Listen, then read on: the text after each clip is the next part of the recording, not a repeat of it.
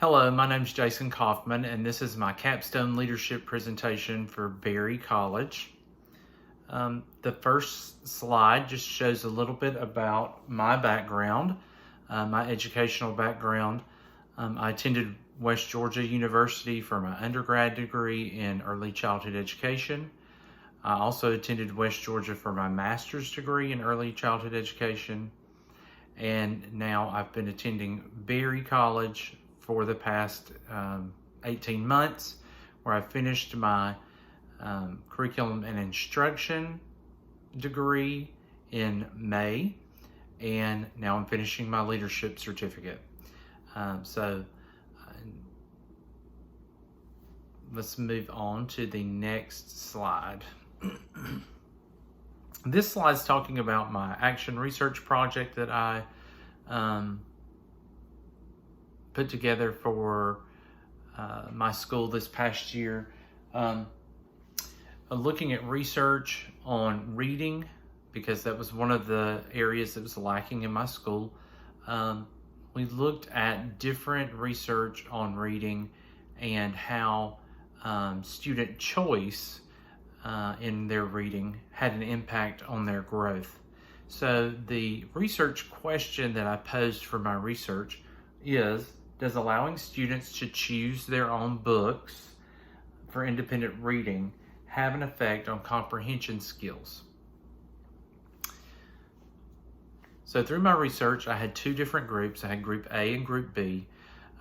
Group A was the group that were allowed to choose their own books for independent reading. Group B was assigned books to read based on their Lexile score, and their Lexile score was collected at the beginning of the year through the student reading inventory. So that's what we used to determine their Lexile. And then we set those groups up for Group A, again, was independent reading. Group B was assigned books to read according to their Lexile level. The goal of this study was to determine if allowing students to choose books would increase their growth score, increase their Lexile score throughout the year. Through the research, which lasted about from August to December, is when the research was going on. Through that research, it appeared by my graph on the screen here that students that were reading on Lexile were growing at a higher rate than those that were choosing their own books to read independently. But by the end of the study, the group that was choosing their own books for independent reading had shown more growth throughout the entire process. So that was very interesting.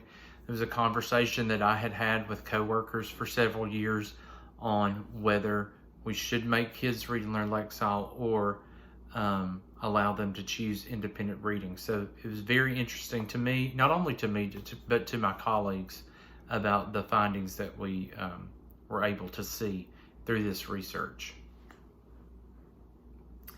So where do we go from here? In my opinion, there needs to be more research done like this. If we could continue this study, which was an easy study to conduct, once we had the Lexile data for the students, then it was easy for us to reevaluate their growth using the student reading inventory. That was something that we all knew how to use. All of the people involved in the research it was easy to buy into this research because it was an easy research. It wasn't difficult to track the progress of the kids, of the students. So if we could continue this research over the next couple of years, even expand it to include more students, more grade levels in the school, I think that would be ideal. And then that would give us a better idea of what my findings were, that it did have a greater impact when students were allowed to choose their own books for reading, no matter what Lexile it was. So I believe that we'll try to continue this and just look at the data and see if it is continuing in the trend that we're seeing, that students' choice does matter in their growth. Moving on to the standards. On the screen is Standard 1, which deals with developing and advocating for a shared mission and vision. Couple of things that I've done through the program and just through my own involvement at school. The first thing would be the action research, where I led other teachers in looking at research, looking at the research on student choice in reading or reading on their level, and going through that research. That helped me to be a better leader, because I got an idea of how to interact with those that I was leading and be more of a leader than just delegating and telling people what to do, really listening to others.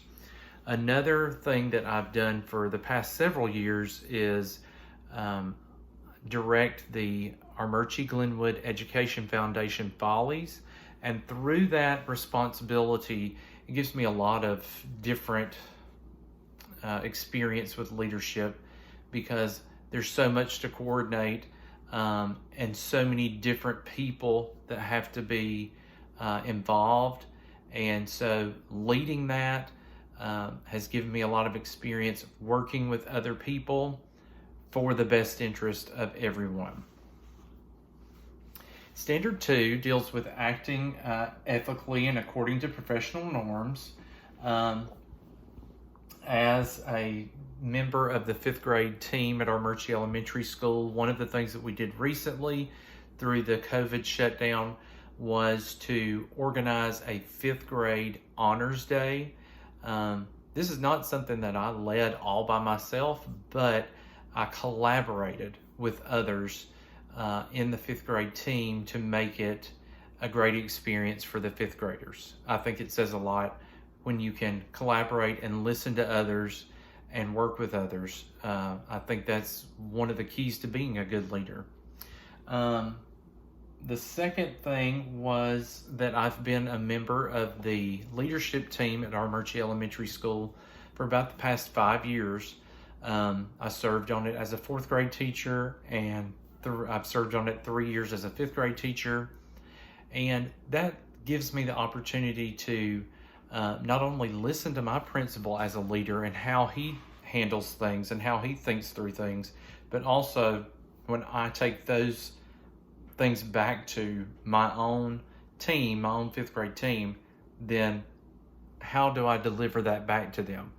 And you have to do that in a way that is supportive of the leadership of the school. So I think that's important of a leader. Standard 3, strive for equity and educational opportunity. One thing that I did in my action research, one part of that was to plan for equity across the research project. So there were special ed students that needed to have accommodations on the student reading inventory. So I had to meet with the special ed teacher to make sure all that was taken care of. As well as I have a Japanese student this past year who spoke very little English and read very little English. So in order for him to participate in this action research, I discussed things with the media specialists at the school, and we were able to gain some resources, some books that were written in Japanese that he could read so he could participate in the program as well. Standard 4, develop and support intellectually rigorous and coherent systems of curriculum. So throughout my action research, we collected data through summative assessments. So the research team sat down, and I led that research team, those meetings, where we looked at the data, looked at how kids were doing, and just analyzed that data together. Also, for one of my classes in Berry, I created a teaching model for an ESOL student, and I actually used my Japanese student as the muse for this project. And then I was able to take that model back to my classroom and use it and see how it worked out with the Japanese student, how well it worked with him. So that was very interesting. Standard number 5, cultivate an inclusive, caring, supportive school community that promotes the academic success and well-being of each student. This past school year, we started a new character program at my school. It was the house system, where we have 4 different houses, and each student was put into one of those houses, and each month the houses met together. Different activities. We had different community leaders come in and speak to those students, but I was one of the leaders for my house, which was CURE, stands for caring, and so I took on a leadership role within that project, within that system, and led students in different activities along with other students and other teachers in my school as well. Standard number 6, develop the professional capacity and practice of school personnel.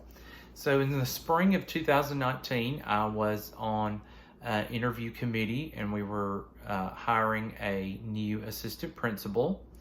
So I sat in on that. So I had some experience with interviewing. A few years ago, I noticed that when new teachers came into my school, there were a lot of questions that they had, and they were very familiar to the rest of us, but we didn't really think to share those things. So I developed a FAQ, frequently asked questions document, to give to new teachers as they come into the building, just so they know those general ideas, like where do I go for supplies, or where do I get copy paper, those type of things that just the rest of the teachers in the school just automatically know, but these people that are coming in don't know. So I developed that so we could hand that out to new teachers in the school. I conducted, through the Berry program, I conducted the Georgia Georgia Educator Ethics professional development that I had to design and develop, and then I shared that out with my coworkers. It was through email due to the COVID virus, but I sent that out. They were able to view it and ask questions and give comments about that. So that was a good experience, just to kind of lead through that.